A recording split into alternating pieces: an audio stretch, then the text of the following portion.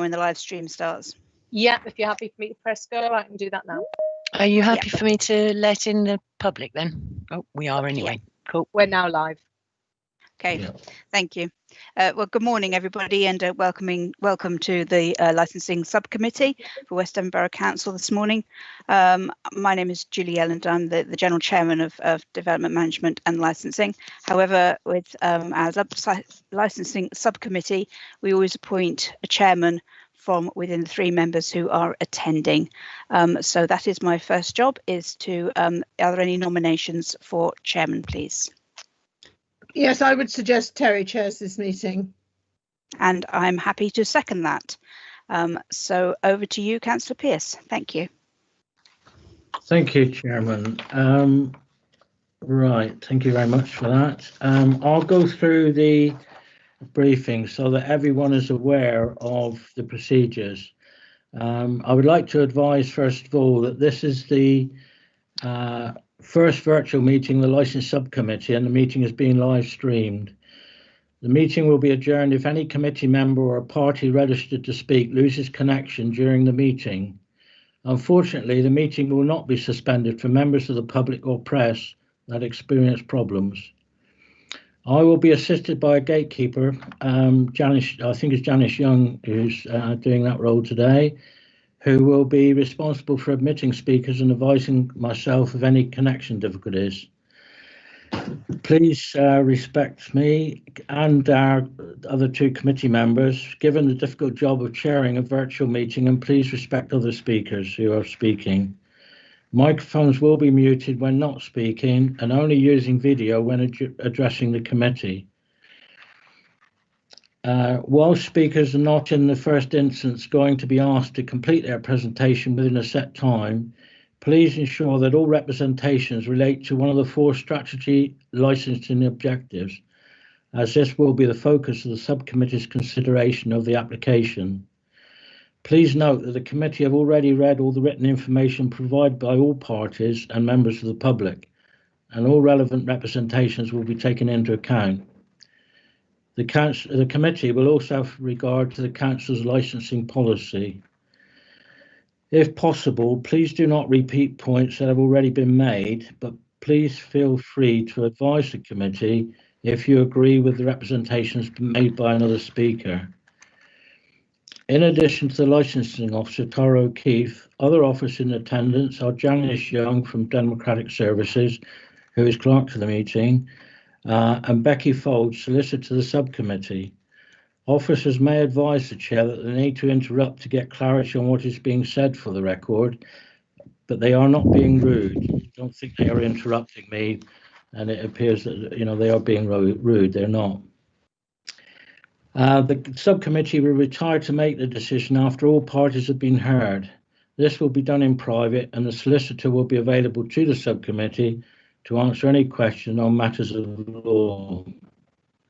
Unfortunately, I am not able to advise how long it will take us to deliberate on the application. Once all parties have been heard in respect to the application, the hearing will adjourn. I would ask that all parties remain available for the following 40 minutes as we adjourn, in case the subcommittee seek further clarification on any matter. I will remind everyone of that point when after we've heard everyone, before we go into the private session to deliberate. Right, I'll call on, I think that covers everything that we need to have now. So I will call on the licensing specialist, or before that I do that, I will ask if there are any declarations of interest from the committee members on this licensing application. Not from me, Chairman. Right, okay, Thank you. Okay, thank you very much. And I don't have any.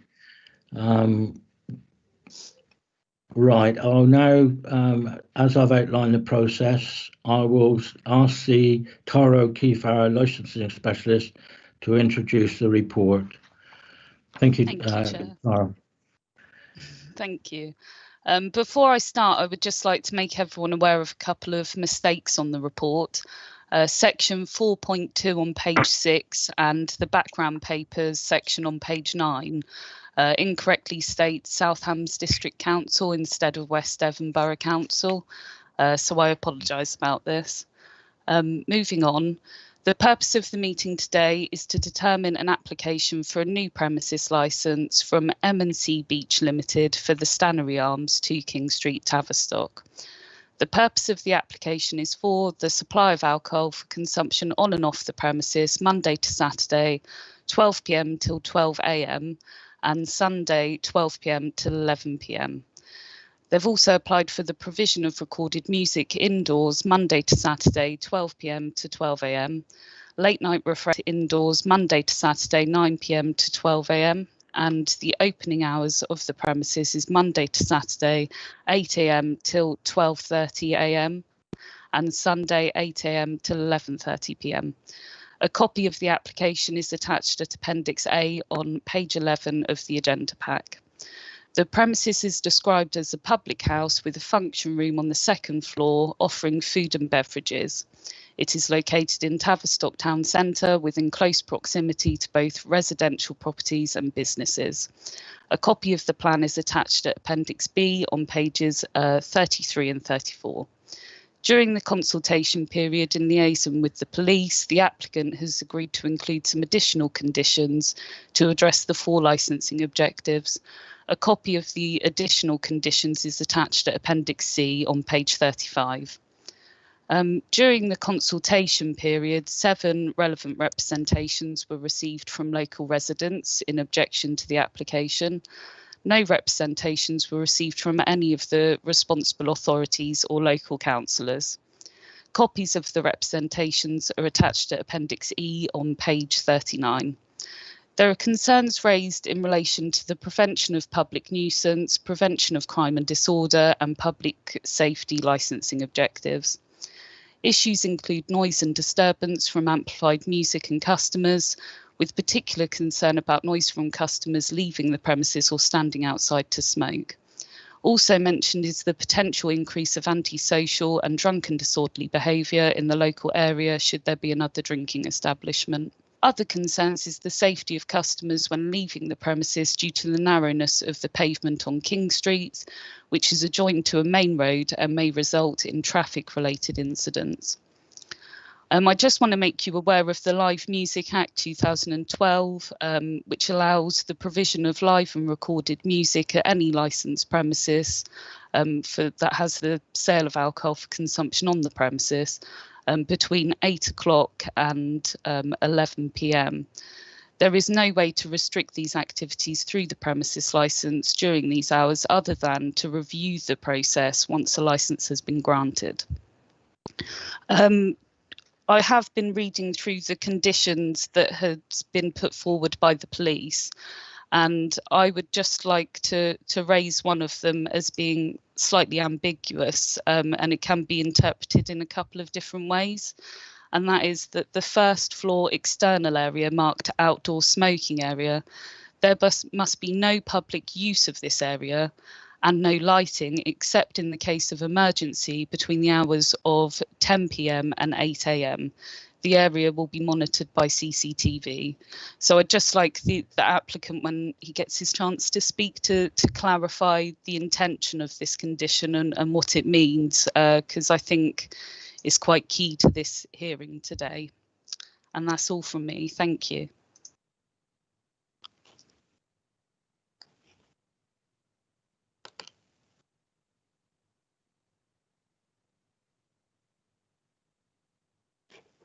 Terry, you're on mute.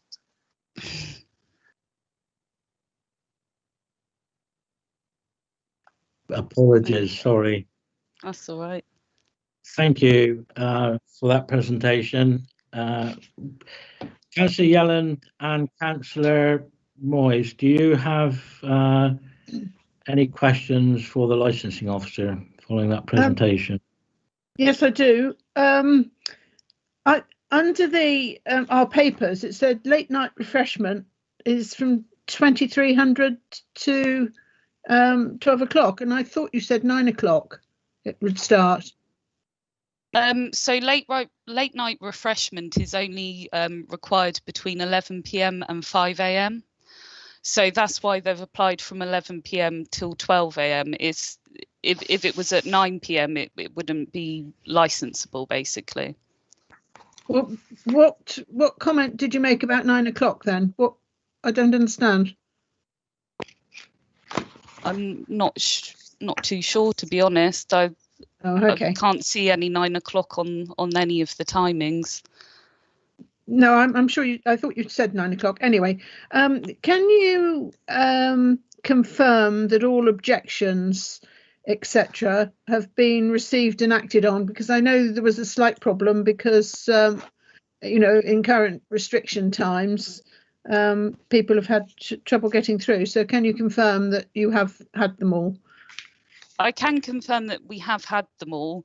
There was an issue with some of the residents from Wessex Court where they had submitted postal representations, but someone else had represented them anyway. You'll see an objection from the residents of Wessex Court. So that includes all of the residents. So anyone who put in postal representations and they were received late, their representation is still included under residents of Wessex Court, if that makes sense. Okay.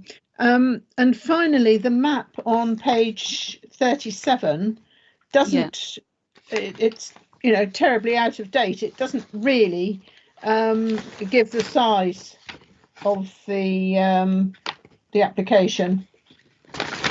It looks as if it's a very small one on King Street rather than going right the way back. Yeah, so that's just a map of the area so you understand where the premises is located, and then the plans of the premises should show the entirety of the premises. Yes, it just gives a slightly false impression, that's all. Okay, thanks. Thank you, Councillor Moyes. Councillor Yellen, did you have any questions? I do, please, Chairman. Because looking at the objections, the majority of them are all to do with the public nuisance. So I would really ask the planning officer if she could perhaps give some background. I realise that managing or being responsible for what's happened in the past is nothing to do with this current applicant. So therefore, how things are managed going forward is a question for the applicant. But I'm interested to know, given how it is in a very built-up residential area, narrow street, etc., what the history has been of the opening hours of the last few years in terms of times. In other words, have previous licenses included up to the same hours as this application is? And also, what would be the opening hours of the other pub in the close area, which I believe is probably Wetherspoons, what the licensing hours are? So we'll start with the Tavi Club licence, which is existing for 2 King Street. The timings are, if you just bear with me.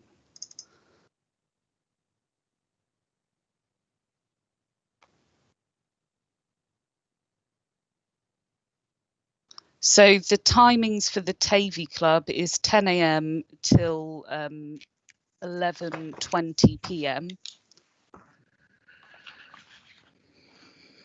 And the Queen's Head, which is also known as Wetherspoons, just getting theirs now. That's from 7 a.m. until midnight, 7 days a week. And is the Tavi Club 7 days a week, that 11, it's the finishing time I'm sort of more concerned about, rather than, it's the late night issue. Yeah, so that's 7 days a week, 10 till 11:20. Okay. Could I just come in there, please? Because the Tavi Club is no longer in existence.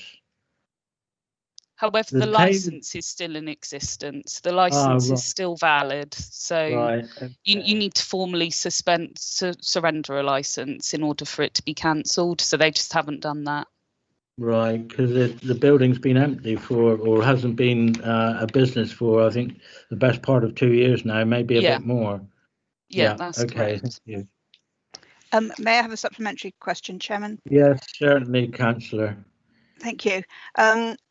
I also wanted to question about cumulative impact. I understand from sort of previous conversations that we've got in the past that cumulative impact in this particular or these particular circumstances within Tavistock isn't something that can be taken into account.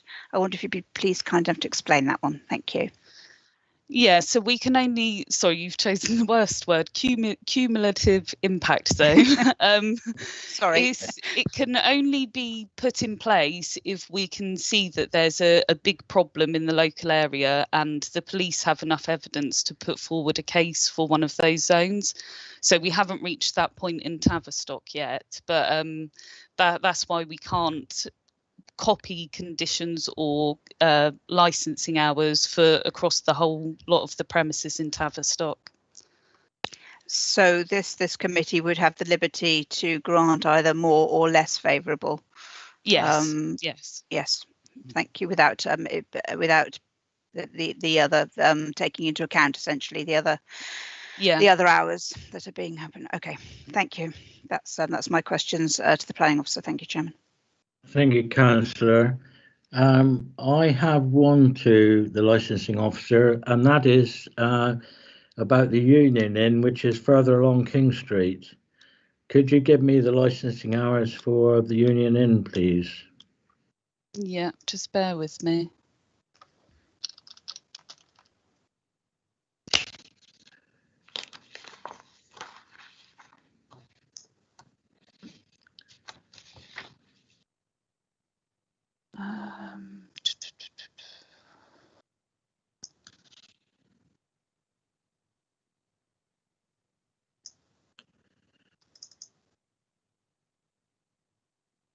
So the Union Inn is also 10 o'clock till midnight. That's Monday to Saturday, and then on a Sunday it's 12 p.m. until midnight. That's for the Union. Right. Okay. Thank you very much. Thank you. Right. Now we move to the applicant to make his presentation. Is Mr. Martin Beach with us? Thank you, Tara. Is Mr. Martin Beach? Hello? Hello, can you hear me? Yes. Okay, sorry. Hello, Mr. Beach. Good morning. Good morning. Good morning to you. Thank you. We are ready to hear your presentation as Okay. the applicant. Would you like me to clarify the point about the smoking area first, or would you just like me to go through the points and then come to that at the end? I think if you do your presentation first, please, and then we'll pick up on the item at the end, if we may. Okay, then. Okay. Thank you. Excellent. One point before I start, a minor, maybe a minor error in the paperwork is that there are the function room that will become relevant to this application is actually on the ground floor. Right. So as a point of clarification, but surely the second floor or the ground floor will be the main area, but you've also got a first floor, which surely you'll be using for functions as well, I would imagine. Possibly. At the moment, it's a bit of a redundant area that's being used for storage. But yeah, I mean, it does have the facility. It's not a massive room, you know, it's probably got a capacity of 20 people at most. Right, okay. Chair. Yes. Chair, may I just come in here, please? Yes, certainly, Mrs. Foles. Thank you. Thank you, Mr. Beach. Thank you for that. Just if we can just clarify this, though, on pages 33 and 34 of the application, or on the bundle of papers, it shows in red the areas that are going to be covered by the license. Yes. So is that correct, or yes, are you suggesting? Correct. It is correct. So the ground floor and the first floor. Yeah, I just wanted to clarify that I just heard the mention of a first floor function room when in fact there is also one on the ground floor. I didn't want to give anyone any incorrect information, that's all. Okay, Right, thank okay. You. Thank you. Thank you. But if I remember correctly, sorry to interrupt. Sorry. If I remember correctly, I mean, I many years ago, I used to use the Royal British Legion when it was a good servicemen's club, and I know that the first floor function room will hold more than 20 people. So, you know, as a point of clarification to the councillors and to the officers, you know, unless there's going to be a considerable part of it closed off, but it doesn't indicate that in the plan, the first floor plan layout that we've got with the bundle of papers. Okay. So I think, from my point of view, as the chair, I am looking at the ground floor and the first floor being considered for this license application. Is that correct in your view? If for me, yes. Right. Are you happy with that, Mrs. Folds? Yes, I just wanted to be clear. I think what Mr. Beach was trying to say is that because there was mention of the function room on the first floor, he didn't want you to forget that there was a function room on the ground floor. But I think we're all agreed it's those red areas. It would be nice just if actually one point just to confirm the capacity of the premises, but that's perhaps a question you might like to put to Mr. Beach or the licensing officer later. Thank you. Okay, later on I will. Yes, yeah. Okay, fine. Thank you. Okay, Mr. Beach, if you'd like to begin your presentation, please. Okay. So thank you for giving me the opportunity to make comments in relation to the licensing application and obviously the representations that have been made, and also thank you to the people that have made the representations, because obviously that's the point of the process, and obviously we, you know, myself and my wife are interested in those comments just in the spirit of trying to keep everyone happy. I know that the comments are going to be relatable to objective licenses, but as there are some general comments I'd like to make initially without, and I guess without trying to duplicate what's already been said. But you know, from a general point of view, we will be I will be looking to make a comment on each of the objective. But I understand that the representations refer to concerns raised in relation to the prevention of public nuisance and the prevention of crime and disorder and public safety.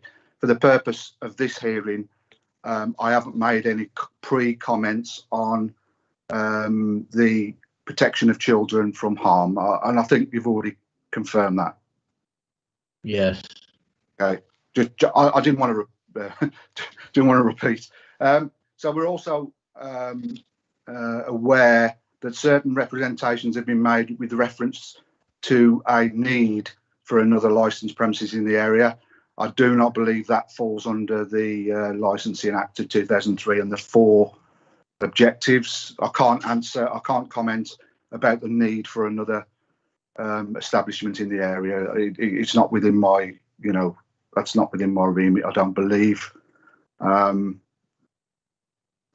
excuse me.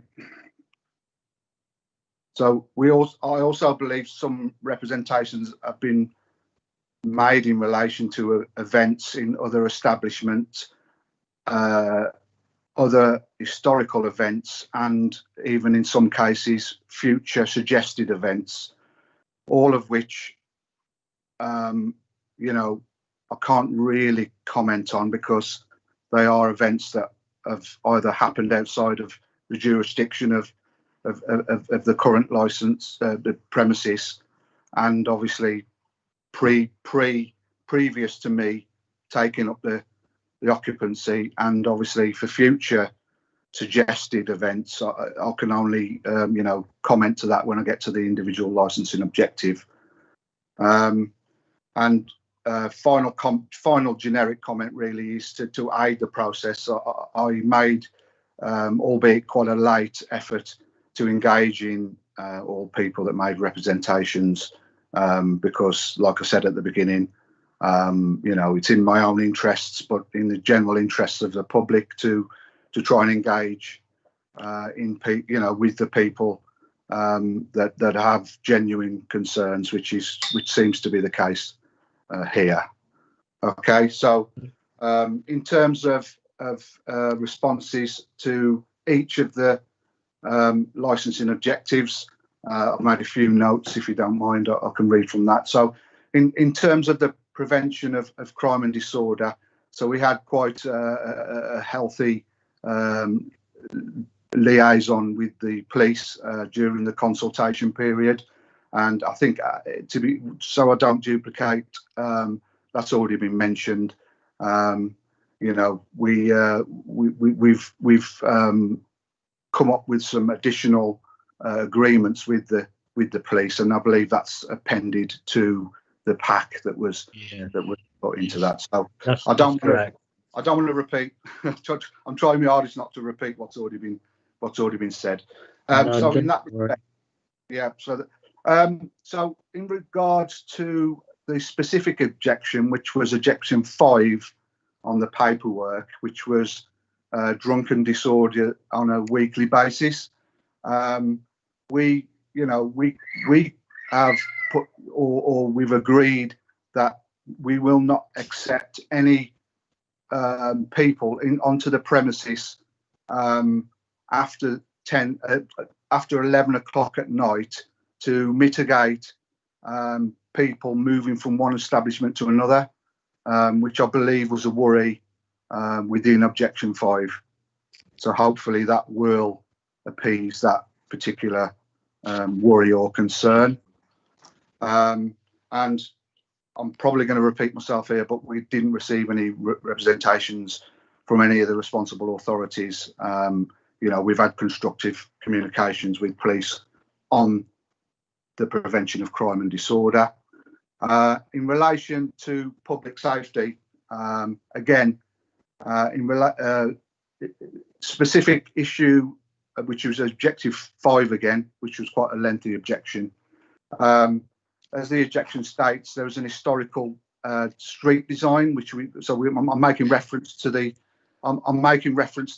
thin path that exists, and I wholeheartedly agree that doesn't really harbour a safe environment, particularly on the daytime when there are a lot of traffic. I think I have to make an objection to the fact it's a main road. It's a side street. Yes. It is a side street, but it is very busy in the daytime. However, come about 8 o'clock onwards, it's not very busy. So, I can only really talk about people exiting the premises at that time of night. And of course, as the designated premises supervisor, it's my responsibility to, sell alcohol responsibly so that people leave our premises in a safe manner. Wouldn't be responsible of me to serve someone excessive amounts of alcohol so that they put themselves in danger when they leave the premises. That's not what we're about, and it's not what we intend to do.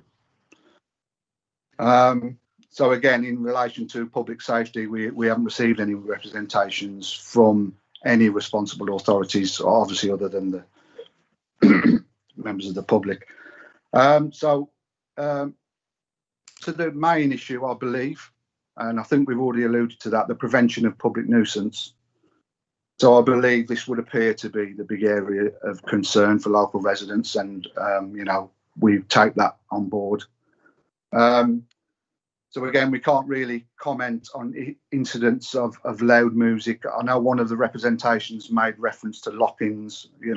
Again, as a DPS, that certainly won't happen under my watch. Yes.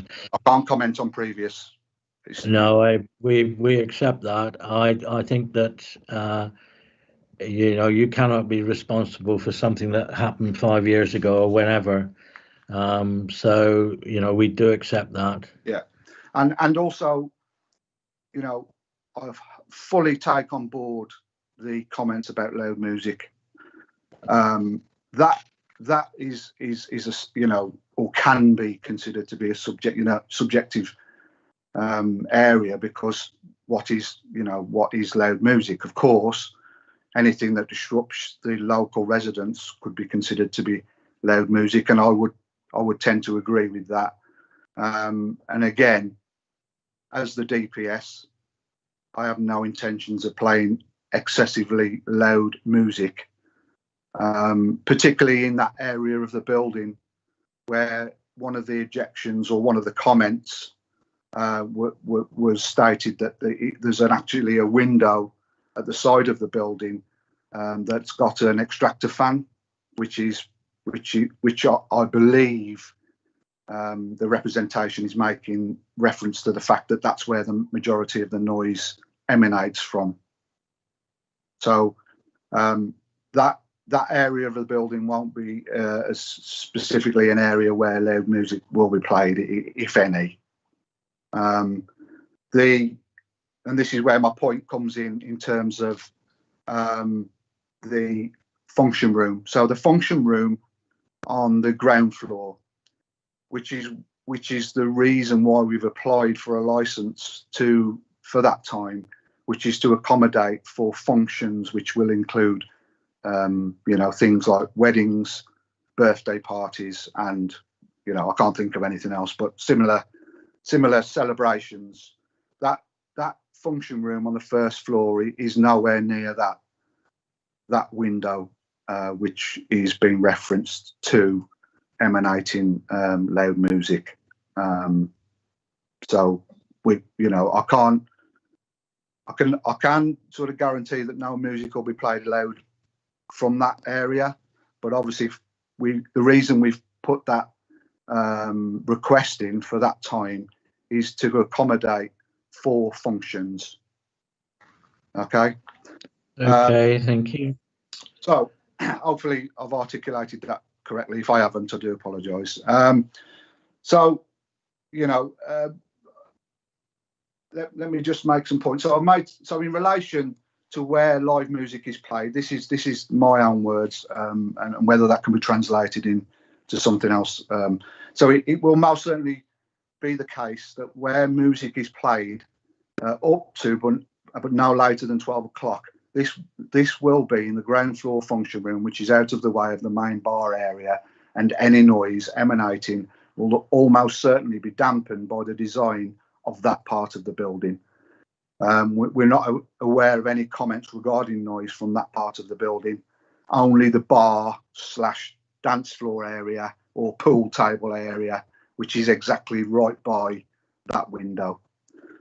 Noise levels will be obviously regularly monitored by the DPS, which is myself and my wife, and we will have complete control over those sound levels of music. And as per the previous or existing, in this case, premises license, windows and doors, of course, will be kept closed for the duration of all licensable activities, whilst the premises is open to to customers. So that are more general comments. So more specific in relation to objection 7, which was regarding a nearby young family. All I can say in relation to that is that we are a young family. I'm not gonna pretend to be young myself, but I do have a young family. So we are not going to do anything that jeopardises that puts our own children at any harm or risk. So we do take those comments seriously, but we are a young family ourselves. Whilst we fully recognise the concerns of the people in relation to noise and nuisance level, we are very sympathetic to that, and we do recognise that, and we sort of want to. I don't know whether we can or what the channels of communication are, but we're open to speak to local residents to gauge whether that you know, which is the subjective area, I guess, to sort of talk to local people and gauge whether, you know, what are the acceptable levels of music and whether that's actually discomforting to certain people. So that really those are the comments I've got to make, which I believe is the major point. And I think, just to summarise quickly and to put it into context, you know, we are a relatively young family ourselves. We've taken a major risk. We've sort of over budgeted already, but we've pushed. You know, we've saved for years for an opportunity to do this. We've already pumped in £25,000 of our own money, which is savings. We haven't borrowed anything, and I'm not.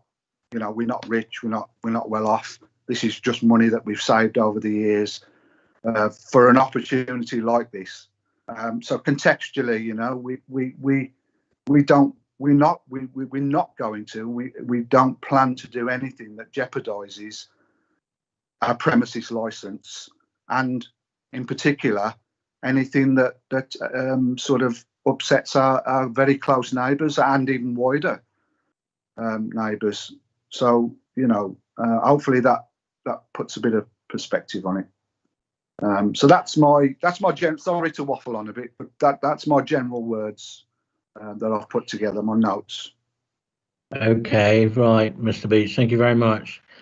As a point of clarification from what you've said so far, can I gather that this is the first venture into the licence trade that you've made? Myself personally, yes, but my wife, her mother has quite a steep history in that. So my wife is fully versed in that trade. I've been working in industry for in manufacturing and engineering for 30 years. So I am completely out of that.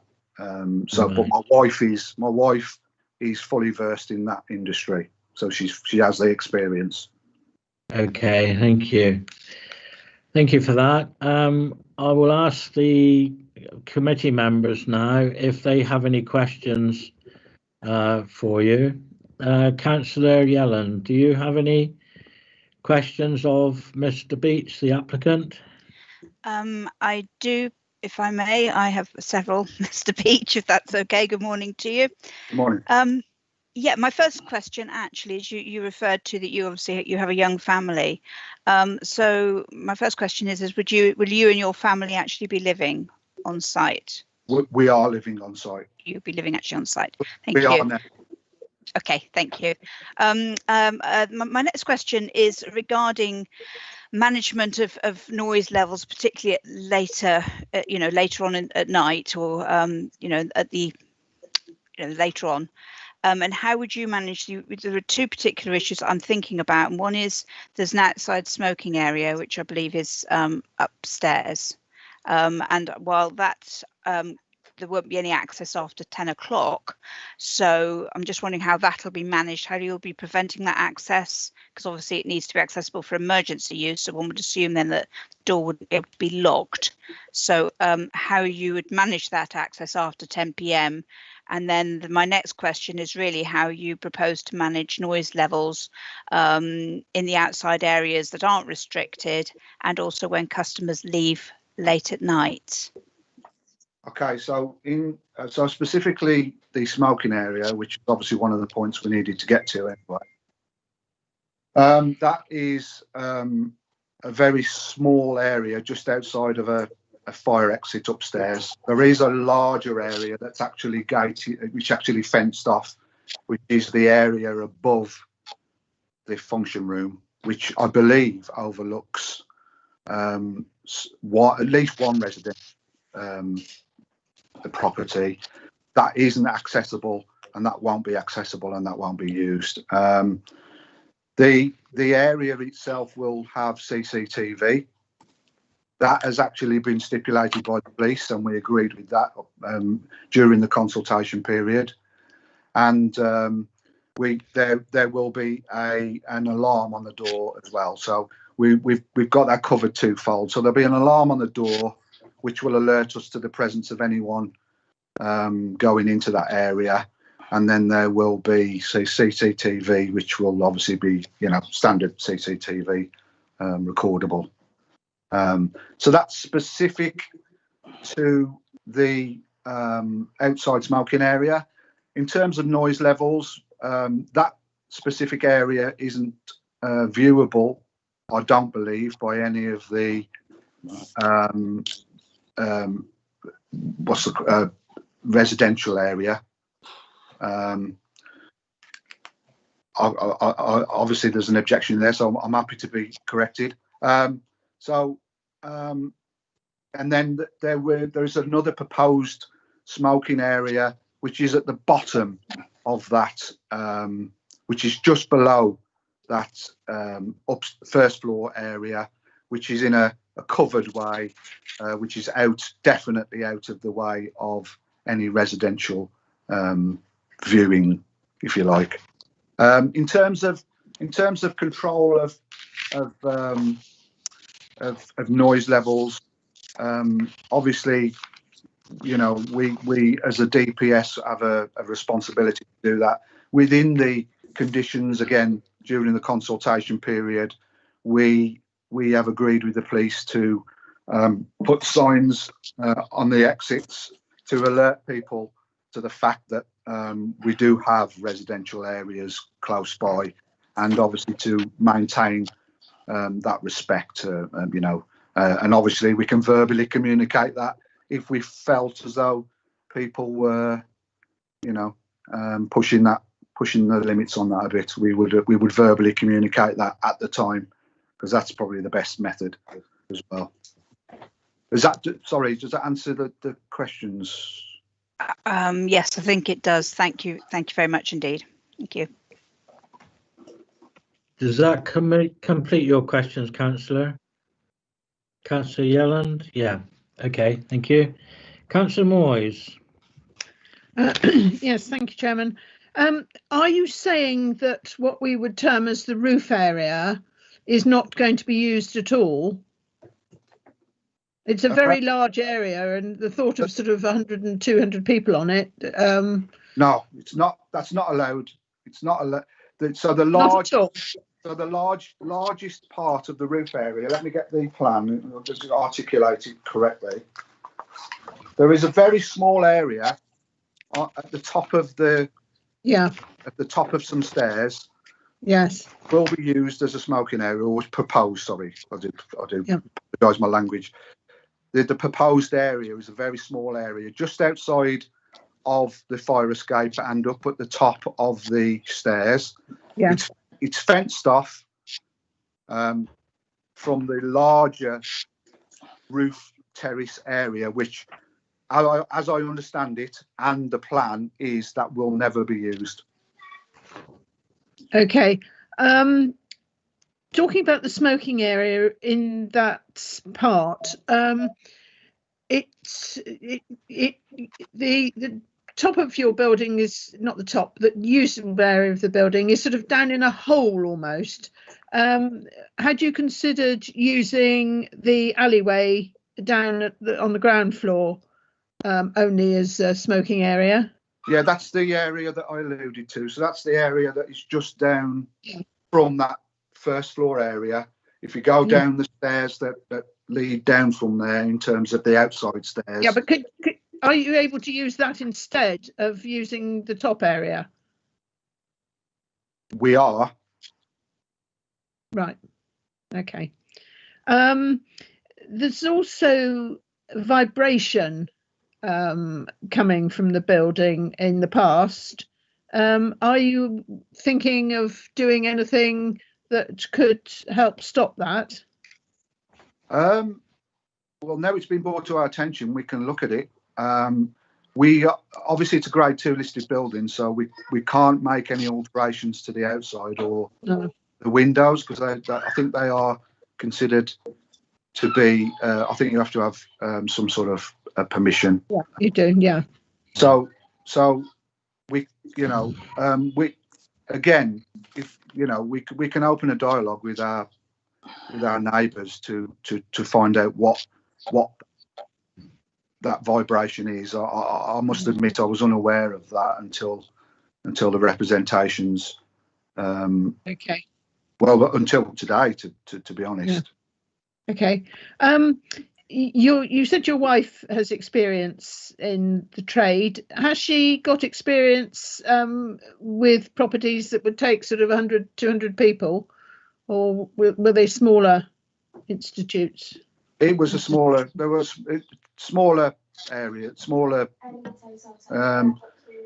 In terms of, so in terms of the places where her mother was the DPS, and obviously where she worked at the time, those were smaller establishments. But my wife has physically worked at larger places. For instance, the Elliott House Hotel in Liskeard.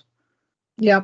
And she was a senior member of staff there that actually worked and coordinated weddings and the food and that was served and different things. Fine, thank you. And I think finally, deliveries. I think you wanted them to start from 6. Is that not a little early in a residential area? The areas of delivery doesn't sit or isn't viewable by any residential residential area. Sorry. So how are they going to get into the building? I don't understand. So if you can imagine where we both mentioned there was a ground level smoking area. Yes. That's where the deliveries would be made into, and that is a very enclosed, like sort of alleyway gully that isn't overlooked by any residential areas, any residential property. Sorry. Yeah, but there are residential areas very close to it. Yes, I accept that. Yeah, that's correct. Okay. Thank you. Cheers. Thank you, Councillor Moyes. If you could put your hand down, please. Mr. O'Keefe, you have something to... I see your hand is up. You have something to comment on, please? Yes, please. Just relating back to the condition about the first floor external outdoor smoking area, I just need some clarification as to whether anywhere on the first floor externally will be used as a smoking area at all. Yeah, the proposal is that very small area just outside of the fire exit. Sorry, Tara. So the condition then that there must be no public use of this area and no lighting except in the case of emergency between 10 p.m. and 8 a.m. That condition is saying that outside of those times it will be used as a smoking area and the public will have access to that area. The proposal is up to 10 o'clock, yeah. Right, okay, that's clear. Thank you very much. Sorry if that wasn't clear. Thank you. Mrs. Folds, I see you wish to ask a question. Thank you, Chair. I appreciate that you have not yet, but before I forget, if I may, Mr. Beach, you said that in order to avoid problems with those who may be the worse for wear, that you were not going to accept anyone entering the premises after 11 p.m. at night. Is that a change in position? Because in the conditions, it says that there will be no admissions or readmissions to the premises after midnight. I thought it was after 11. So you're happy with after 11? 100%, absolutely. And that was more to. I mean, it's a general condition, but I think in relation to one of the representations who was genuinely worried about, people moving at that time of night from one establishment to another, particularly if one establishment is open longer than another. We wanted to mitigate that. I must admit, I was under the impression it was 11 o'clock. So okay. I do apologise if. But that's okay. That's just the condition. You would agree to that condition. I know. 100%. 100%. Okay, thank you very much. Thank you, Chair. Okay, Mrs. Fold, thank you. Councillor Yelland, do you wish to ask another question? I do, please, for me. It was one I had marked and I'd missed it and I hadn't written it down. Under the draft conditions on page 31, the prevention of public nuisance, and the second one reads, refuse such as bottles will be placed into receptacles outside the premises at times that will minimise the disturbance to nearby property.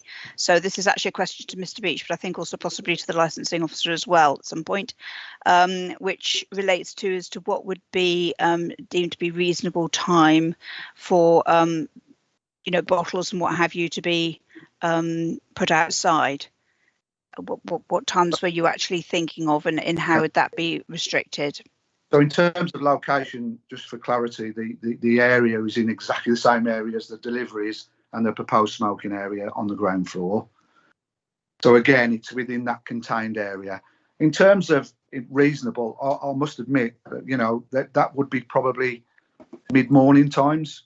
They certainly wouldn't be something that we would be doing late at night, because that would the clinking of bottles is annoying at the best of times. So that would be done as a responsible, act during the day.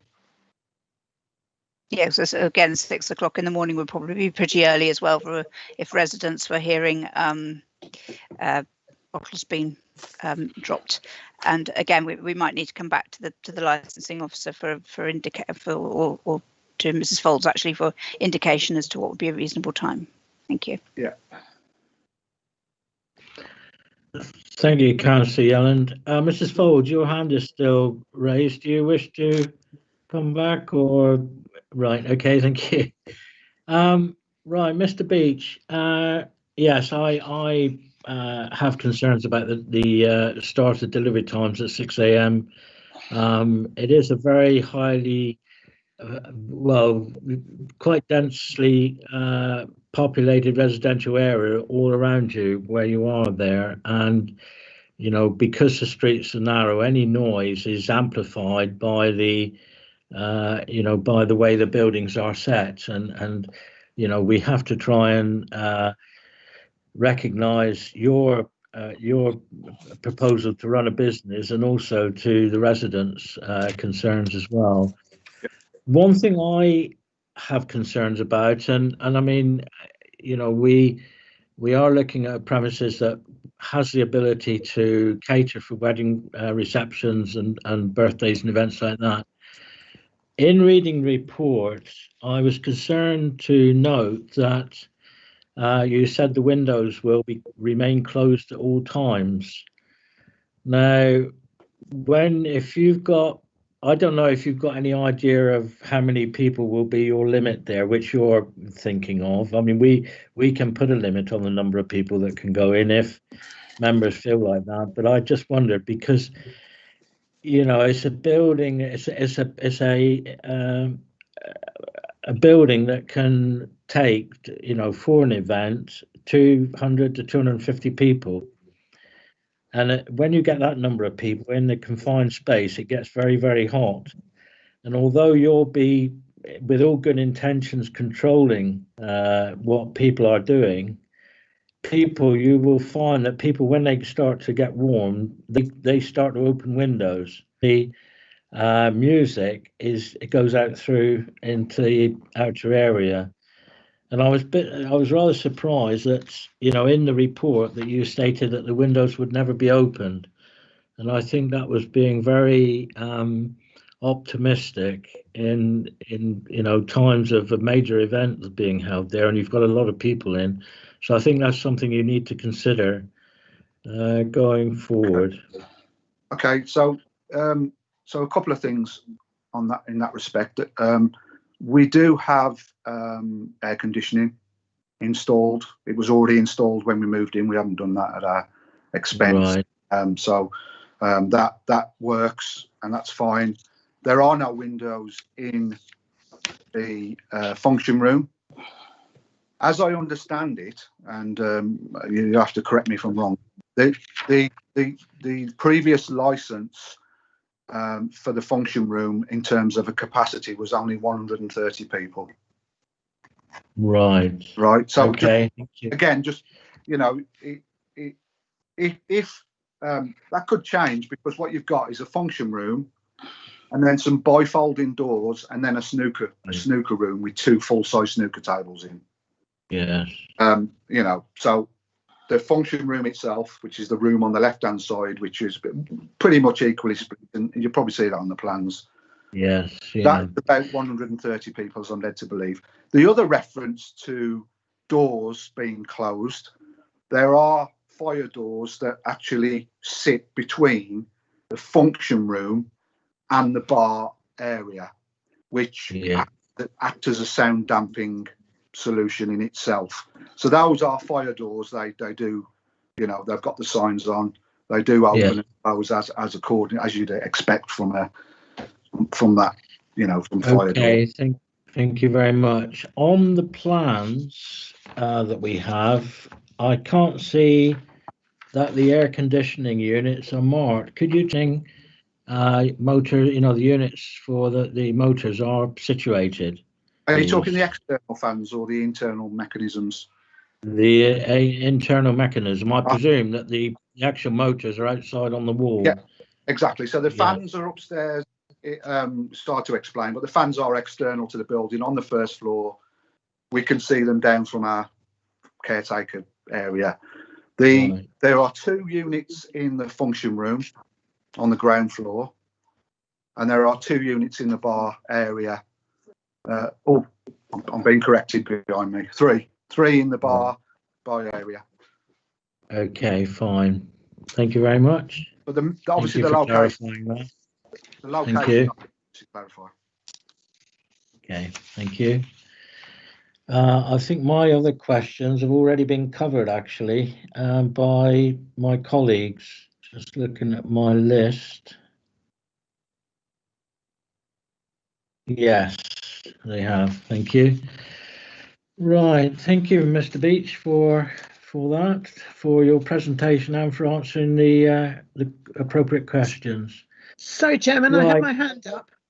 Oh, sorry, Councillor Moyes. I'm sorry. That's okay.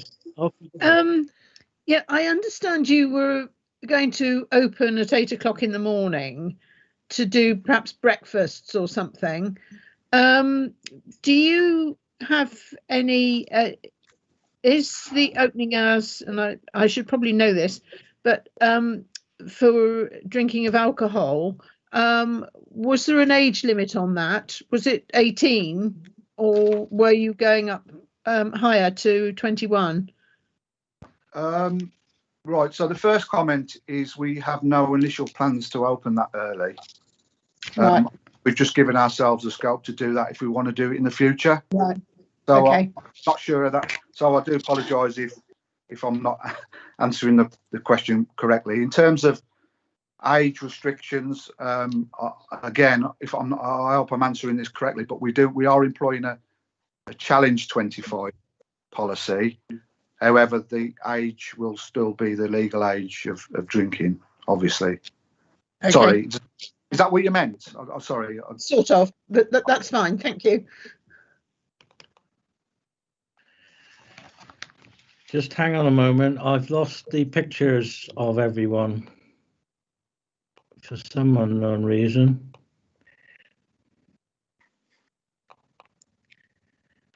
I think the wind is getting up, Chairman, and that disturbs things. Right. Thank you. Right, I've got you all again now. I did hear the conversation, so I did cover that. I'm just looking for the list of speakers who wish to object. For some reason, I've got so many pieces here. Thank you, Mr. Beach. I think that is all we need from you at the moment. We will go through the list of objectors, and then, if it helps, Chair, the first of the objectors to speak is John Taylor. Right. Thank you, Mrs. Young. Mr. Taylor, are you hearing us loud and clear? Good morning, Chairman. Loud and clear. Thank you very much. Good morning, Mr. Taylor. If you would like to start your speech of a presentation of your objections to this application. Before I do so, am I allowed to ask questions of the applicant? I I'd like to will clarify some of the points that have been raised. I will speak to Mrs. Folds actually for clarification on that, if I may, Mr. Taylor, please. Mrs. Folds. Thank you, Chair. It is at your discretion. It's certainly, if Mr. Taylor wishes to ask questions of Mr. Beach, then it will be entirely right that Mr. Beach has the opportunity to come back on anything that Mr. Taylor also says. Yes, okay. I'd like it to be kept to questions to a minimum, but if it's just questions that you think will, if you want to hear the question, and if you think that that is something that will help you in your deliberations, then we can put it to Mr. Beach.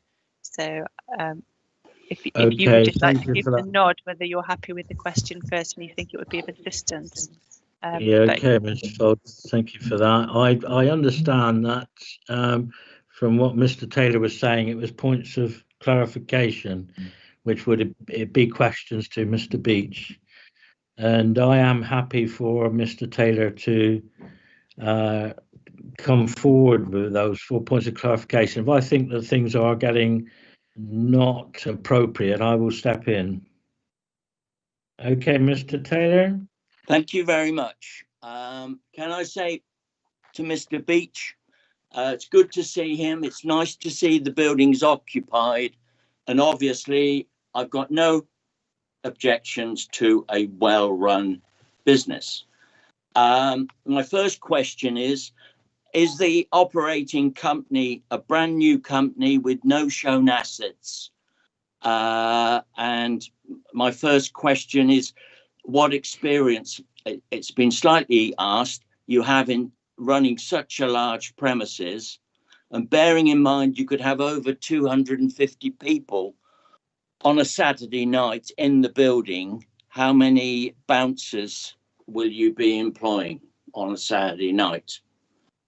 My second point is to clarify some of the comments you've made, which I'm sorry I disagree with. The first floor roof, which is huge, has a right of way from Wessex Court across the building, so it cannot be closed off. So one of the problems has been, once people are up there, they can go anyway. And the last point is, you say you've got a family and it won't concern you, but is it not true where you're living is on the second floor on King Street frontage, and the main function room next to the bedrooms in Wessex Court is over 50 yards away, so you wouldn't hear the noise up there. Those are my questions. Thank you, Mr. Chairman. Okay, Mr. Taylor. Mr. Beach, are you happy to answer those, please?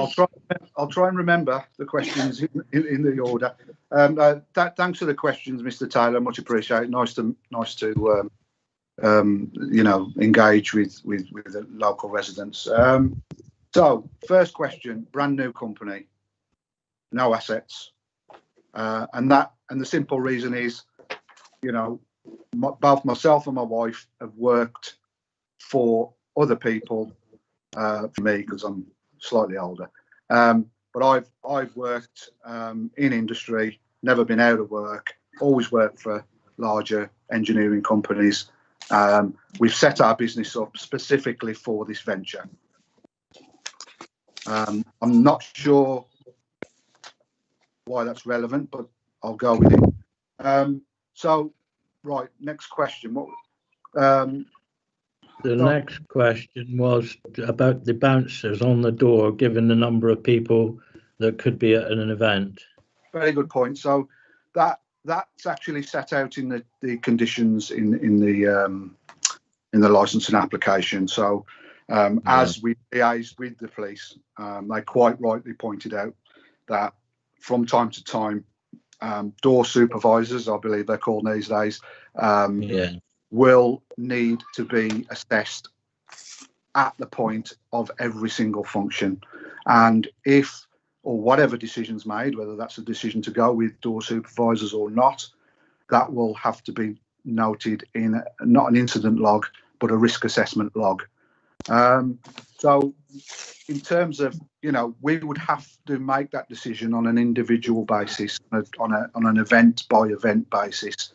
If we thought there was a risk and the requirement was there, then of course we would have to go with that, and then we'd obviously pass that charge on to the people that were within the function. You know, alternatively, we would make the risk assessment for that, and then make a case for that not to happen. Yeah. Okay, Mr. B. So the other concern I think Mr. Taylor had was the where we are in relation to the function room, and we are closer to the function room than we are than the residents. Yeah. We live effectively. Our bedroom is over the bar area. So I think the other comment was it didn't concern me. That's not. Hopefully that hasn't come across as that's the point. This whole process does concern me, and hence the fact that you know, we're taking every comment into consideration. The living caretakers' quarters, which is on the second floor, do overlook part of that function room. Right. Okay. Mr. Taylor, is that clarification for Sort your of, question? thank you very much. Okay. I'll address it in my comments, if I may, sir. Okay. Thank you, Mr. Beach. Right, Mr. Taylor, if you would like to start your presentation of objection, please. Thank you very much, Mr. Chairman. The previous licence for these premises, which have the same landlord, was held by the Tavi Club, where the supply of alcohol and use of recorded music was restricted up to 2,300 hours. If I can comment here, when you asked what the licensing times were for the adjoining premises, your officer quite correctly said 12:30, but that is for drinking. Weatherspoons, who we've had a lot of dialogue with the years, do not play music. There is no music after 11. And one of our main concerns is the effect of the noise. Contrary to what the applicant has said, there are 2 bedrooms next to the function room. Basically, we own all the land to the south. It's a long frontage, and unlike the application plan, the additional area coloured pink should be included. And there are bedrooms actually on the boundary. And if you get on the roof, you can look into those bedrooms. So right next to the function room are the bedrooms. And this is why in the past, your council has restricted the hours of operation, particularly for music, till 11 o'clock. And I would remind you that there were previous 14th of November 2008, there was a hearing like this, the 7th of December, and furthermore, a refusal by your council to use the first floor roof as a beer garden or area. So whilst your officers say this is a new application, the point I would make that these are old buildings lacking investment with poor soundproofing, and the way the buildings are does not encourage use after 11 o'clock. The other factor is, although these residential properties have been there a long time, when we built them 30 years ago, and for which you kindly gave us a heritage award, they're all single glazed double sash. So unlike modern houses, all the buildings around there don't have good soundproofing. Furthermore, your authority has encouraged over the years people like me to invest, and opposite in King Street, there are flats above the shop accommodation. So I'm not against it. It's the hours, and your council consistently to date has restricted it until 11 o'clock. One of the windows on our boundary is this south-facing window I referred to in my submission. There was loud music coming out of there before Christmas. And the main problem with the function room is the boom, boom, boom from the disco recorded music. And it would be intolerable for people living there. The applicant says he's engaged with the adjoining owners, but I'm afraid he hasn't. All we've had is a letter saying that he had the appropriate approvals. If I can take you on to Wetherspoons, for example, one of the loudest noises you can get is beer bottles being emptied into one of your refuse vehicles early in the morning. And following discussions we had with Wetherspoons, they totally enclosed all the area where their bins were. And furthermore, they agreed to a restriction that nothing would happen there before 7 o'clock. And I would like to request that again. So I'm not against this application. What I'm against is primarily the music after 11 o'clock. I would ask that you refer to the Tavi Club license, because that was carefully considered by your committee. But to say it won't affect the people next door is wrong. And on the roof, there is a fire escape from Wessex Court, and therefore you cannot block that area off. So if you're downstairs running the premises and someone gets out there, and I hate to say this, but we've seen women urinating, we've seen the lot. The building does not suit the first floor being used for whatever purpose. The configuration is such, and therefore I would ask you kindly to consider restricting the outside smoking area until just the ground floor. The ideal thing would be to go and have a look at it. But this place is huge. And my concern is even Wetherspoons would struggle to operate this. For a new company to be able to be experienced and employ expensive bouncers so it can open till 12:30. My last point is there's an application that it's an off license till 12 in the morning. Well, again, that's going to encourage people coming in to buy things. And last but not least, the older members of your council will remember 15 years ago, we had all sorts of problems in Bank Square with fights and everything else because of late night licenses around there. And it's since that time that the hours have been restricted to 11. So to sum up, I wish Mr. Beach well, but I'm very concerned that this is a difficult operation he's taken on. Once you rent it out, and perhaps I should say I'm experienced in building nightclubs and everything else, and weddings, it's difficult to control as licensee. So anything beyond 11, please give it due consideration. Thank you for hearing me out. Thank you, Mr. Taylor. Now, in the spirit of fairness, I don't know whether Mr. Beach has any points of clarification that he would like to ask you.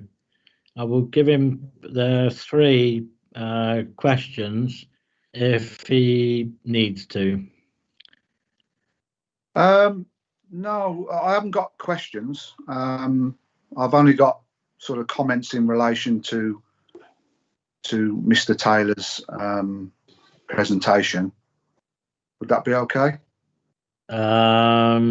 I'll consult Mrs. Foles, because what I don't want to occur is that we end up with a disagreement between two parties, which will not assist the licensing committee in coming to a decision. Mrs. Foles, if you would, please. Thank you, Chair. Mr. Beach, unless it's a question, may I suggest that you make a note of it, and you'll be given the opportunity just to sum up whether there's anything you wish to say at the end, and just make a note of that for clarity. And I think that would be fair. I would add, though, I do agree with Mr. Beach that the issue as to the company is not relevant to your determination of this application. And similarly, in respect to the premises, I think you have heard that he is living on that the family are living on the premises, and I think that is sufficient to know about their proximity to the running of the establishment. Thank you. I have no further questions. Sorry, Mr. Beach. So I have no questions for Mr. Taylor. Thanks for the representation, though. Thank you for that. Right, Mr. Taylor. Committee members, councillors, do you have any questions for Mr. Taylor? Miss Moyes, Miss Moyes, Councillor Moyes, you've got your hand up. Yeah. Could you confirm that because there is a right of way from Wessex Court down, that I don't know whether for Mr. Taylor or Mr. Beach to answer this, but is it possible for the doors to be locked at the top so that people can't get out to the bit that was initially a smoking room but isn't anymore safely? So in other words, they can't get out onto the roof because they're locked from going that way. Was that to Mr. Taylor or Mr. Beach? Well, either one of them. I think Mr. Taylor put his hand up. Taylor, actually. It should be to Mr. Taylor. He was. It's questions of the objector now. Okay, Mr. Taylor. I don't know if you. Thank you, Chairman and Councillor Moyes. It's a great shame you can't have a site visit here in this current time.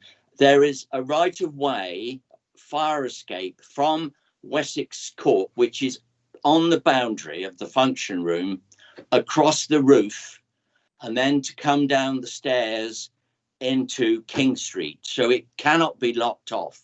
So the problem in the past is people coming out the fire escape when they've had a few drinks. Oh, let's go and have a look at this area. And this is why I was suggesting you restrict the smoking area as well to just the ground floor. So unfortunately, the applicant can't block this off because the fire escape wouldn't work. Yeah, sorry, Mr. Taylor. I think you perhaps misunderstood what I was asking. Can the applicant lock doors within his premises to stop people going out onto that area legally?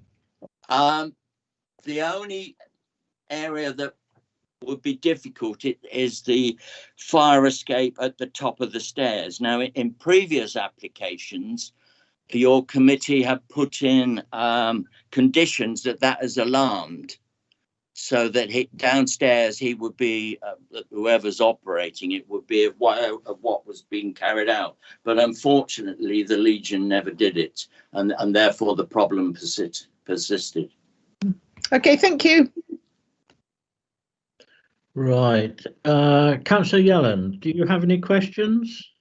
I don't, thank you, Chairman. Okay, thank you.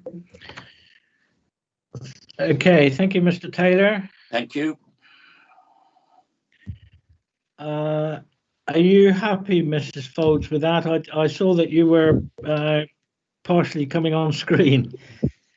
Thank you, Chair. I was just debating that actually, those are questions really that should have been addressed to Mr. Beach regarding his ability to have alarms and to lock those premises. I think one question that does arise out of it is whether or not Mr. Beach would be agreeable to there being no if I've understood it correctly, smoking area in the upstairs area of the premises outside, or is that, if you could just explain why would you object to there just being a smoking area downstairs, or do you wish there to be still wish there to be a area upstairs?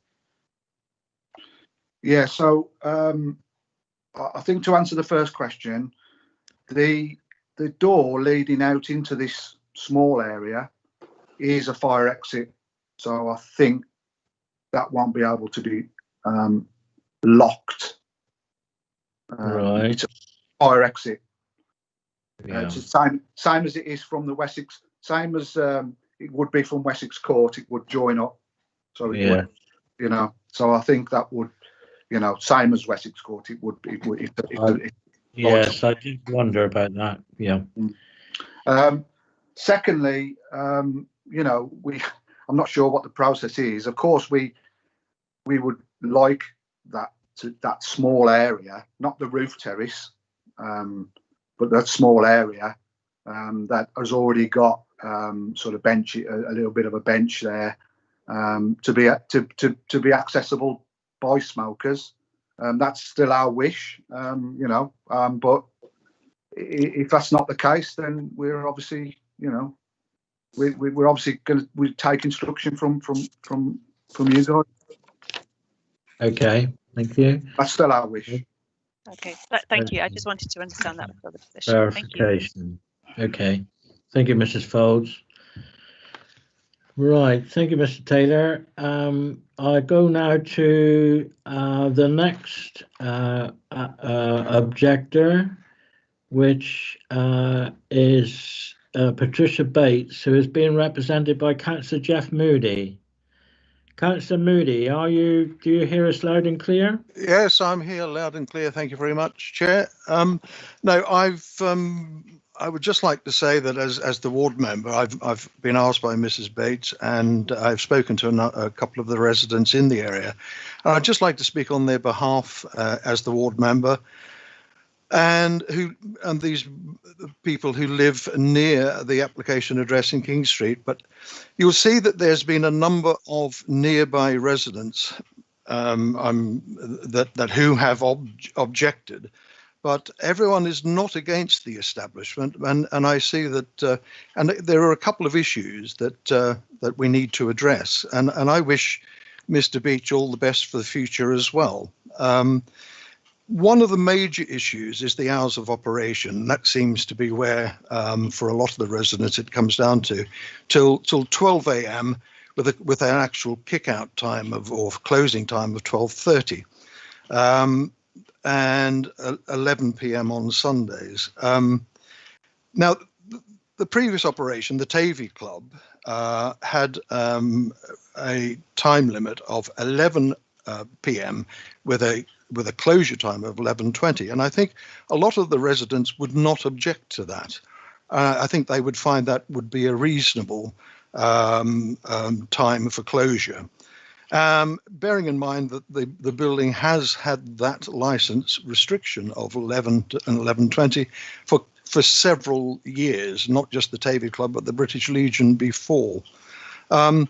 But the thing in the report under 4.2, it states that the subcommittee need to consider this in relation to to consider the relationship between the premises and the nearby residents. And similarly, the residents have a concern regarding the live music to the hours of 12 a.m. midnight. And in the same vein, looking at the Live Music Act of 2012, which gives permission till 11 p.m., I think most residents would be acceptable of that time limit as well. Under 3.4 of the report, it states that the committee, in considering the hours of operation, they must that any alterations to the application must be proportionate and reasonable. And residents feel that their requests for a reduction in the hours of 1 hour would be reasonable and proportionate.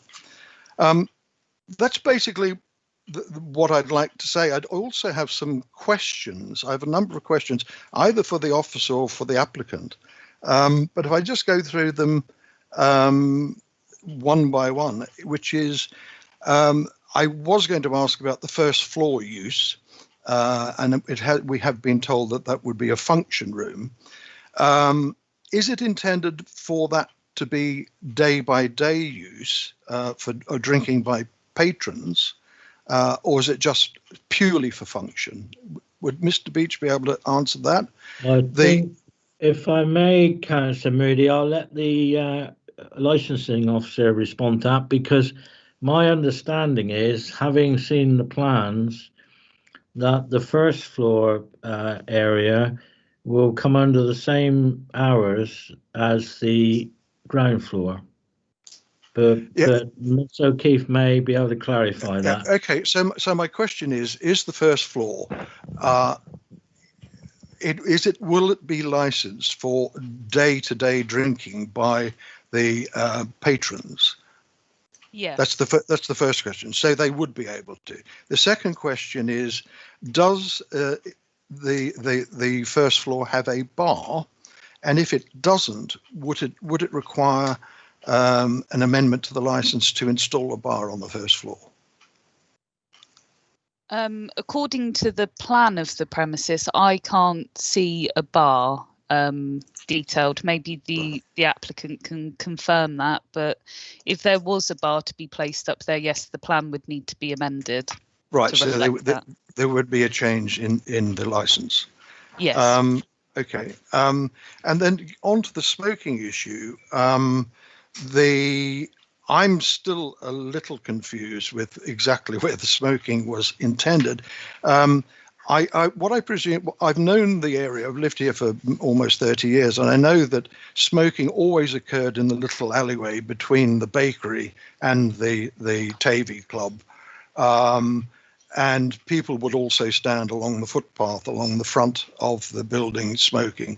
I was never aware that there was a landing at the top of the fire escape where, and I presume that it's this fire escape landing area which is proposed as the outside smoking area. I just have a little. I also have concerns about that area being used, and I also have concerns about in the. I think it's in the police's appendix. It states that drinking in the smoking area will be prohibited, but it also says that no smoking would occur in the front of the building, and I'm just wondering how that would be enforced. That's on page 35. So they're my questions. Thank you. Right. Mr. O'Keefe, do you want to take any of those, or shall I pass over to Mr. Beach for clarification on those points? Yeah, I think if Mr. Beach could clarify as well, because I think it's something that we've kept touching on, but to be honest, it doesn't make much sense to me either, and it would be good to have some clear clarification from the applicant as to what exactly you would like and where people will actually smoke. Yes, okay, thank you. Thank you. Mr. Beach, could you clarify? I mean, my understanding that the ground floor outside smoking area will be between the premise in the alleyway where the beer barrels are stored, between the Legion building and the bakery. Yeah, so first question, the first floor function room, our long-term plan is for that to be a restaurant. It's very close to the kitchen. Yeah. But that obviously subject to a bit of investment, which we haven't got yet. That's a long-term aim for that. So obviously noise levels will be at a minimum for that. Second question was, is there a bar installed up there? And the answer is no, just for clarification. I think Mrs. O'Keefe already suggested that. Thank you. Third one, smoking outside on the front of the building will be enforced by obviously the DPS. I can't add anything other than if people are spotted, you know, we will put signs up. We will do everything within our power to stop people smoking, and then point them in the right directions. And then I guess the fourth question from the chairman, what the clarification. I'm not sure if I can articulate it correctly, but from Councillor Moody, that is the correct area that I believe he is thinking about, which is the landing area at the top of the stairs. Yeah. Okay. Yeah. It's that small area. There's a fence. There's a wooden fence that actually, it wouldn't stop anyone, like Mr. Taylor said, if since the building's been empty for 2.5 years, there has been antisocial behaviour with kids getting on there and doing different things. So obviously, people can get up there. That hasn't happened while we've been in residence, so that has to be one positive. But obviously, there is, like in anything, there's always a risk that people, a loose cannon can get onto that roof because it is a fire exit. But it is only that small area that is at the top of the landing. It's not the whole, not the whole roof terrace, because like Mr. Taylor said, we were aware of some planning permission way back years ago that was rejected, and probably quite rightly so, to use that area, and so that obviously will be upheld. Okay, thank you. Councillor Moody, are you happy with that response to your questions? Yes, thank you, Chair. As I say, and as has been mentioned before, it really is a shame we can't have a site visit for this one, because I just do have this concern about access from that landing area onto the flat roof, and how that's going to be supervised. But that is a question that needs to be addressed by the committee. Thank you. Thank you very much. Right, the next speaker, or the speakers, are Lucy and Darren Sutton. So I presume there'll be one, or it's a double act. Are you available, Lucy and Darren Sutton? Hello, yes, we are, but we've had, I think, most of our questions answered already by some of the existing speakers, so we're happy with that. Thank you. Okay, so you don't wish to speak or ask any questions at all? No, I think we've had all the points covered so far that we wanted to discuss. The main concern, as I said, is basically the lateness of the license and our ability to sleep has been pointed out. It is only single pane windows that are directly facing into our bedroom, and the noise really does carry across that courtyard because of the nature of the historical building. Yes. Okay, thank you for that. Your views are noted, or your points are noted by the committee. I just realised, actually, committee, did you wish to ask Councillor Moody any questions in the line of his objection? No, thank you, I didn't Chairman. see any hands up, so okay, thank you. Right, the next speaker is Sylvia Gilfillan. Are you with us? Chair, we haven't had Ms. Gilfillan on the call at all, and we haven't been able to get through to her. Right, okay, Janice, thank you. Right, that completes the speakers then, the objectors. So,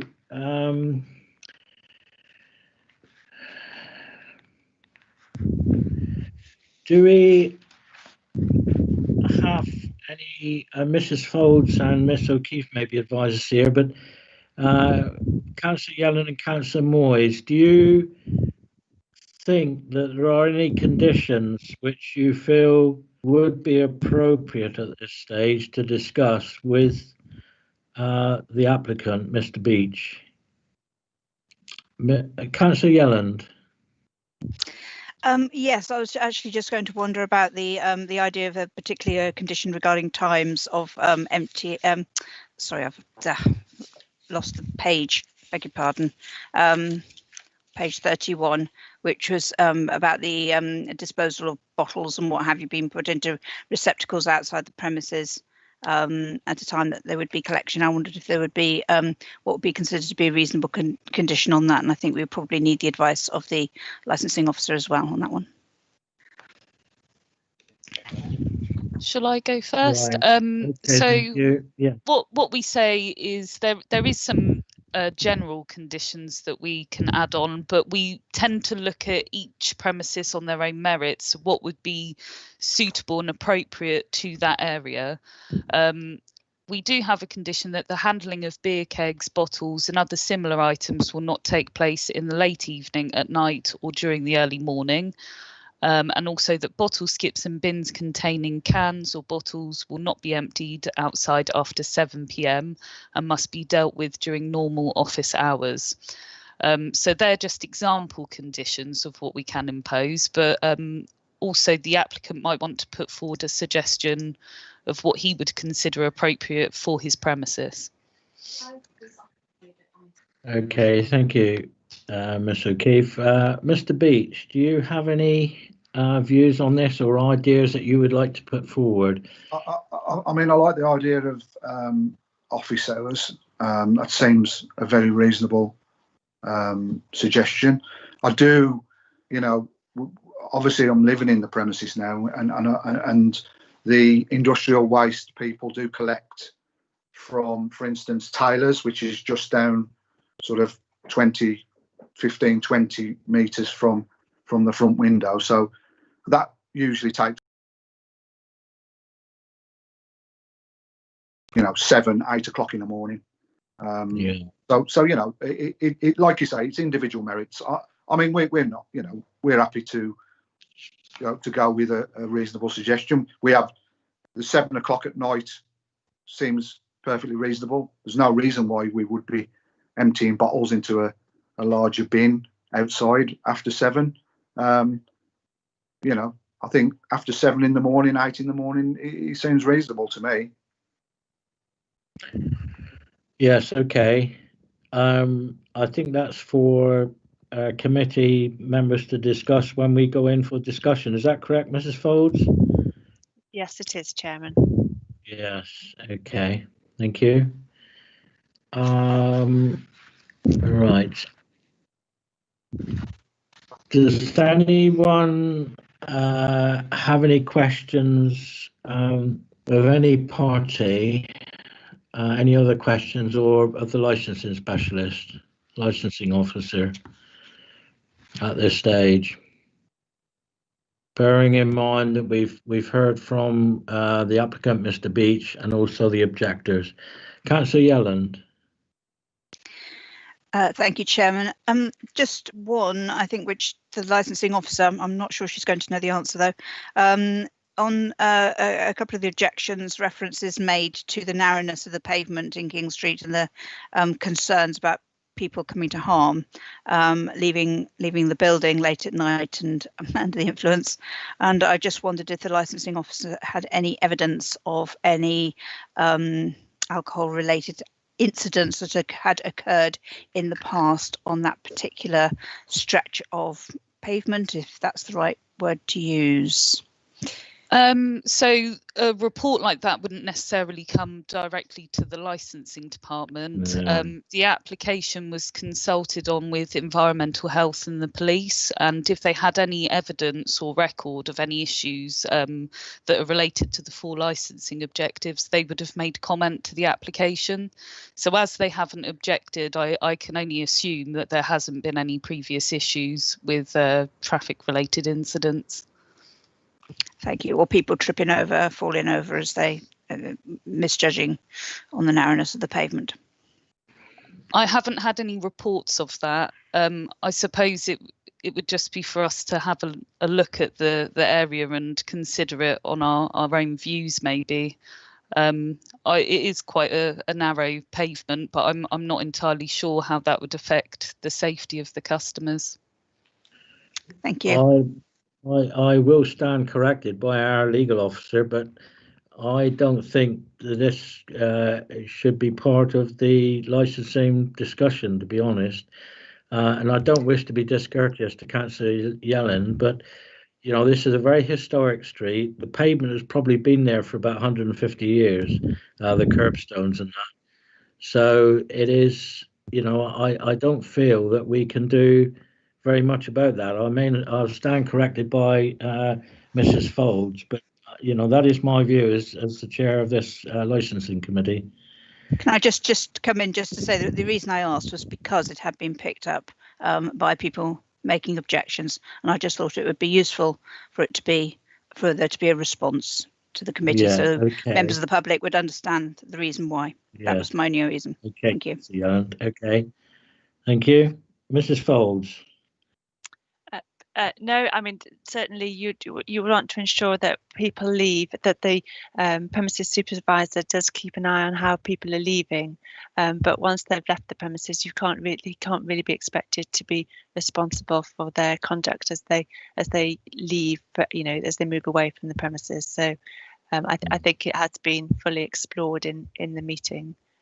Chair, I think that probably brings you to the point whether you just want the licensing officer or Mr. Beach, if either of them wish to give a summary. Thank you. Okay, Mr. Beach, do you wish to give a summary of at the end now, as before we adjourn to make our decision? Well,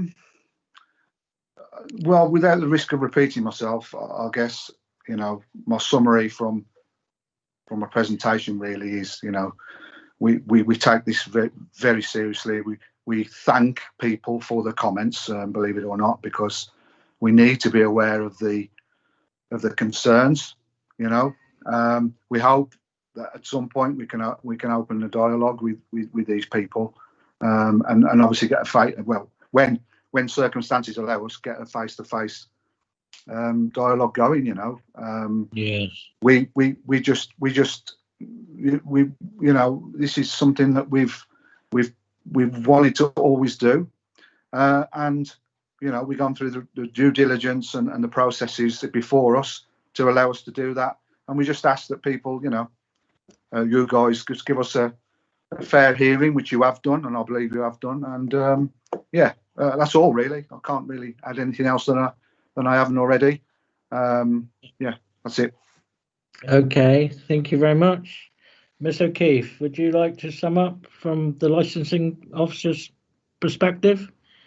I haven't actually prepared a summing up statement, but I think everything has been explored during the hearing, and everything's come to light that maybe wasn't very clear before we started. So I have no additional comments to make. Okay, thank you very much. Thank you. Right, Councillor Yellen and Councillor Moyes, are you happy now that I bring the meeting, or this part of the meeting, to a close? And, yes. Okay, thank you. Therefore, we will adjourn now for our deliberations into the decision for the applicant. I don't know who's in charge of the feed, but we will be leaving the meeting at this point, and with Mrs. Folds, and then we will come back. Thank you. And it's now live streaming. Thank you, Chair. Okay, thank you, Vicky. Mr. Beach, we would like clarification, please, on the upper smoking area, and whether the stairway out up to there can be locked and alarmed, or not necessarily locked, but alarmed. I know you said it's a fire escape, but we have concerns that the access to the roof terrace from there. Is there any other entrance to the roof terrace from your premises?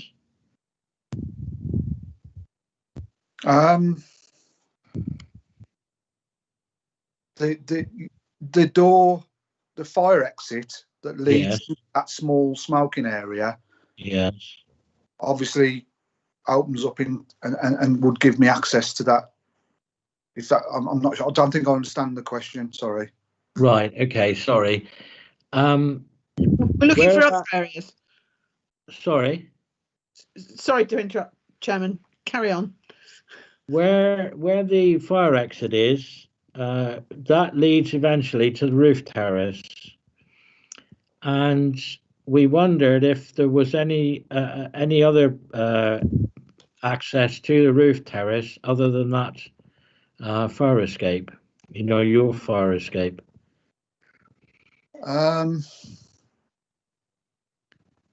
Only from, I believe, the residential area, which is the purpose of Right. that. Yeah. Yes. Okay. So the smoking area on the first floor is combined with that. It's on the access to that fire escape. Is that correct? Yes. Right. Thank you. So if we ask for that door to be alarmed, have an alarm fitted so that you knew if anybody was going through there, if that first floor area, smoking area, was not in place, would you be happy for that door to be alarmed so you knew when people were going out onto the roof terrace? Absolutely. As well as the CCTV. Yeah. Okay. So you'd be happy for us to condition that so that we have some control over the roof terrace? Yes. Okay. Thank you. So until such point, until we've got the alarm in place, we wouldn't be allowed to use it. Is that correct? Yeah, we'll take advice from Mrs. Folds on that one, but I think that would be correct. Okay. Chair, may I come in? So, Mr. Beach, what the question really was ensuring whether or not there was the only access to that roof terrace was via that fire escape door.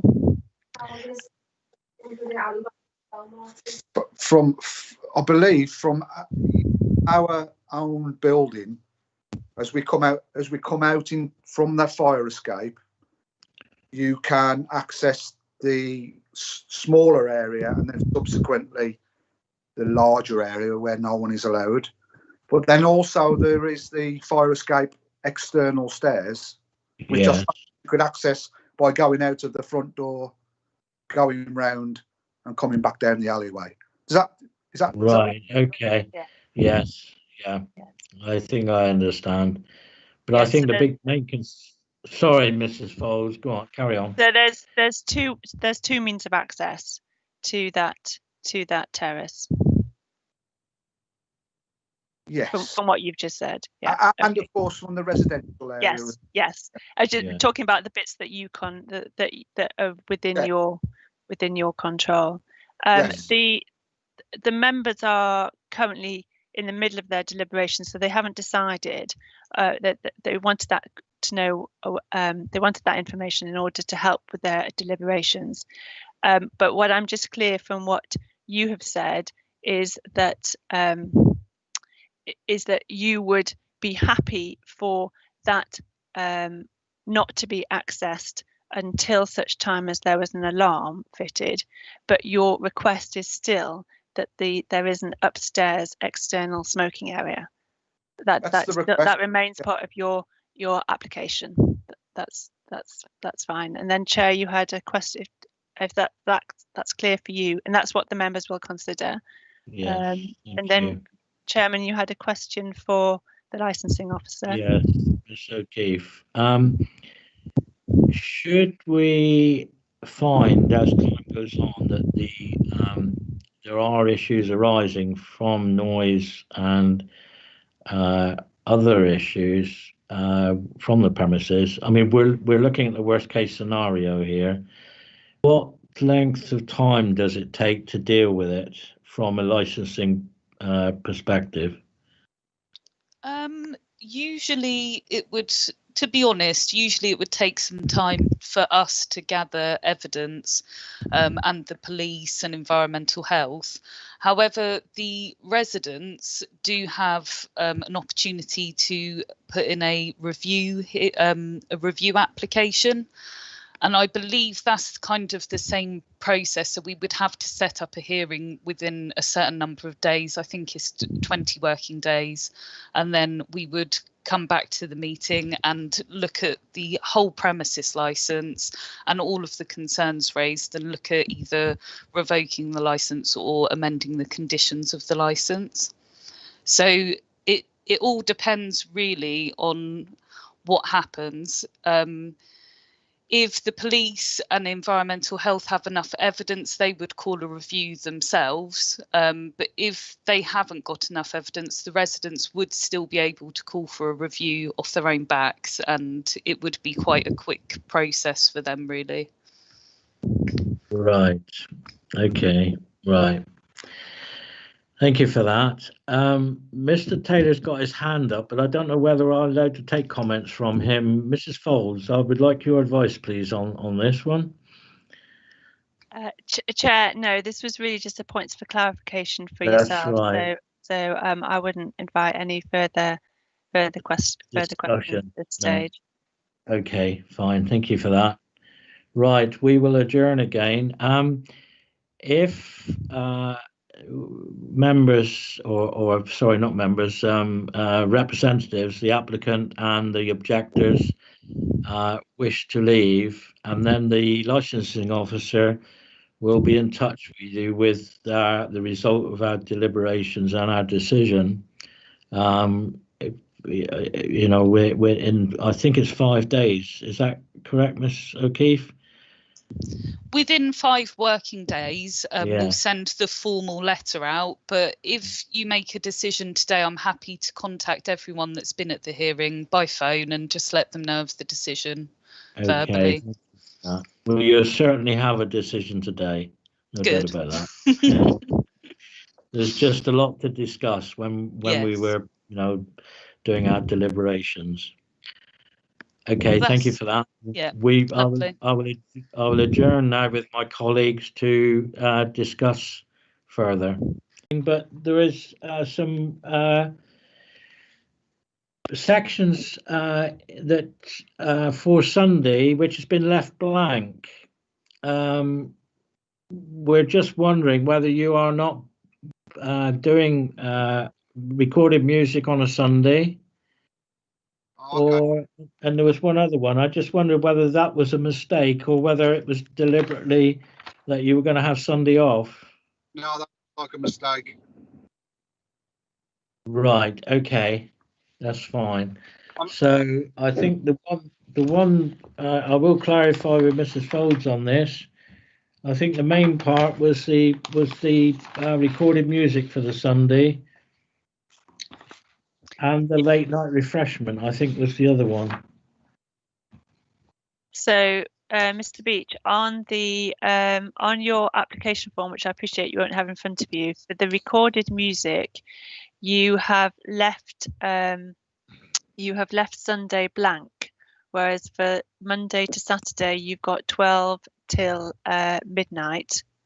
And so, if you could just confirm the hours that you were seeking for recorded music. Is that 11 till midnight, or is that you won't be seeking recorded music for that additional hour on a Sunday? Yeah, so I can confirm it's an omission by mistake, and it will be till the 1 hour less, which is what you specified. Yeah, so that would be would that be 10:30 or 11 o'clock? If it's an hour less than the other days that you've applied for, it would be 11 o'clock. Oh, it would be the 11 o'clock then, because Yeah.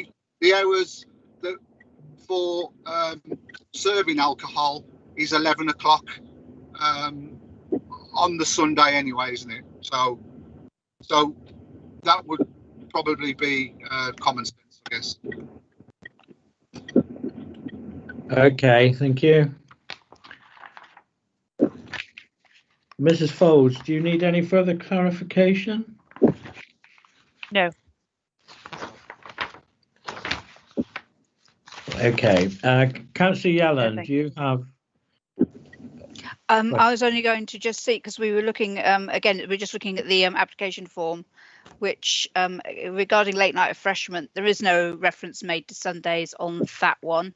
So I was just checking, because obviously if your other part is 11 o'clock, then presumably that wasn't meant to be included. That's right. Mr. Beach, is that correct? Yes, I believe that to be correct.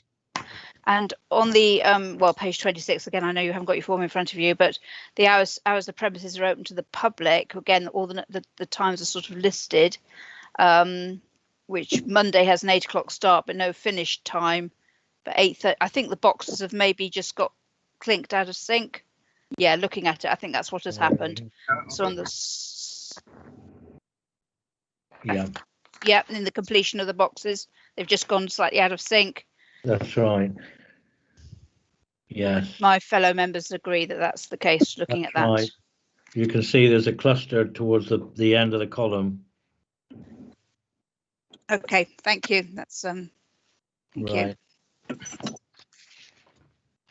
I think that clarifies everything that we were discussing. Okay, thank you very much.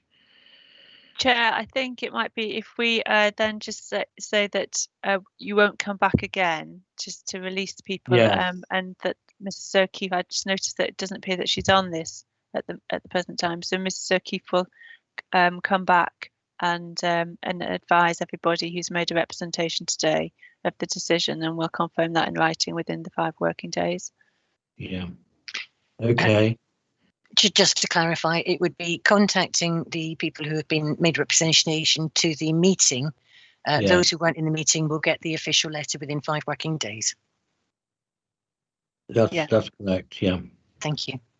Okay.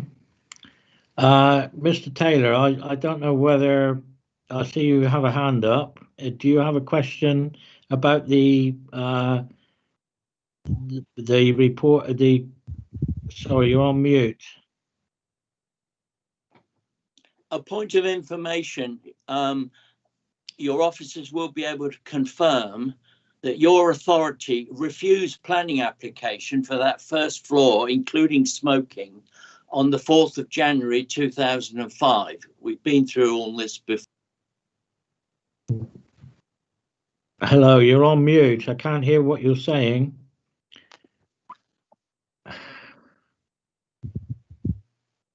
Pressing the button. Fine. A point of information, can you hear me? Yes.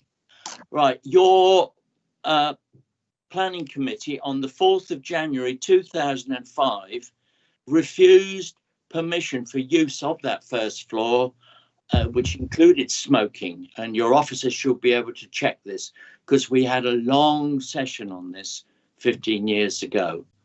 Okay? Right. So it does have consent for what's being suggested. Just a point of information. Mrs. Folds, did you want to come in there? Yes, thank you. I mean, as a point of information, it's fine, but I think it's whether it's relevant to where we've got in the stage of discussion now.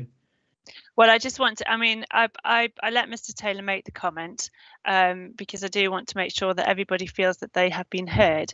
However, planning is, as you will be aware, is not an issue for the licensing committee, and that's separate. So if your committee cannot give any planning permissions, and if planning permissions are required for any of uses that are proposed, then Mr. Beach would have to make a separate planning application, and it's not relevant to your determination today. And so I will be advising that you cannot take it into account.